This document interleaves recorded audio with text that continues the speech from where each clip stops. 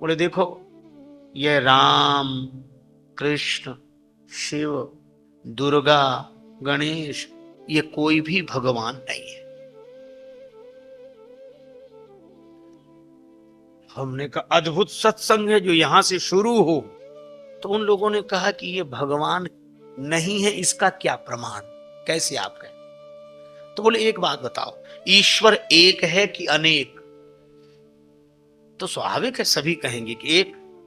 अच्छा, तो बोले देखो, एक चीज जो होती है वो एक जैसी दिखाई देती है। अब उनकी प्रक्रिया सुन। बोले आंख बंद करो, तो सब लोगों ने आंख बंद कर ली। तो बोले देखो हाथी, तो सबने कहा हाँ मन से देख रहे हैं। हाथी कैसा दिखाई दे रहा? बोले एक जैसा दिख रहा है सबको, उसके सूंड है, पूंछ है एक। देखो घोड़ा, तो सबको एक जैसा। अब इसी तरह उन्होंने गाय, भैंस, ऊंट सब एक जैसा दिख रहा। क्यों?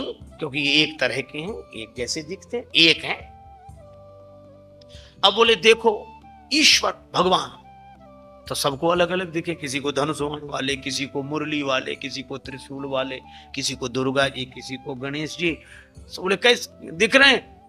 बोले ये तो अलग अलग दिख रहे हैं। तो बोले इसी से सिद्ध हुआ कि ये कोई भगवान नहीं,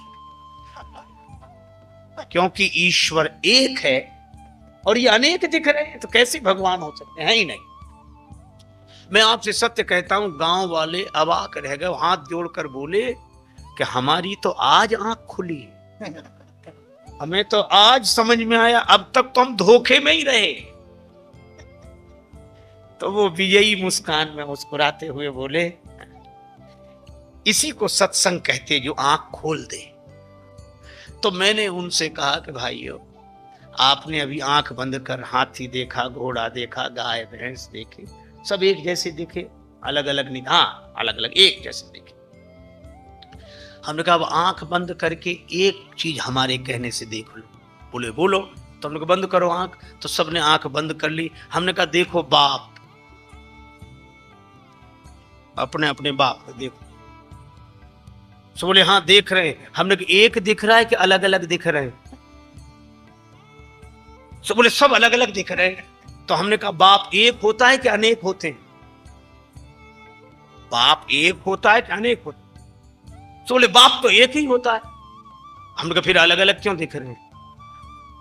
बोले सबके अलग अलग होते हैं। हमने कहा इसी तरह ईश्वर तो एक ही है, पर भक्तों के भाव के अनुसार उनके रूप अलग अलग हैं, उसमें क्या कठिनाई है?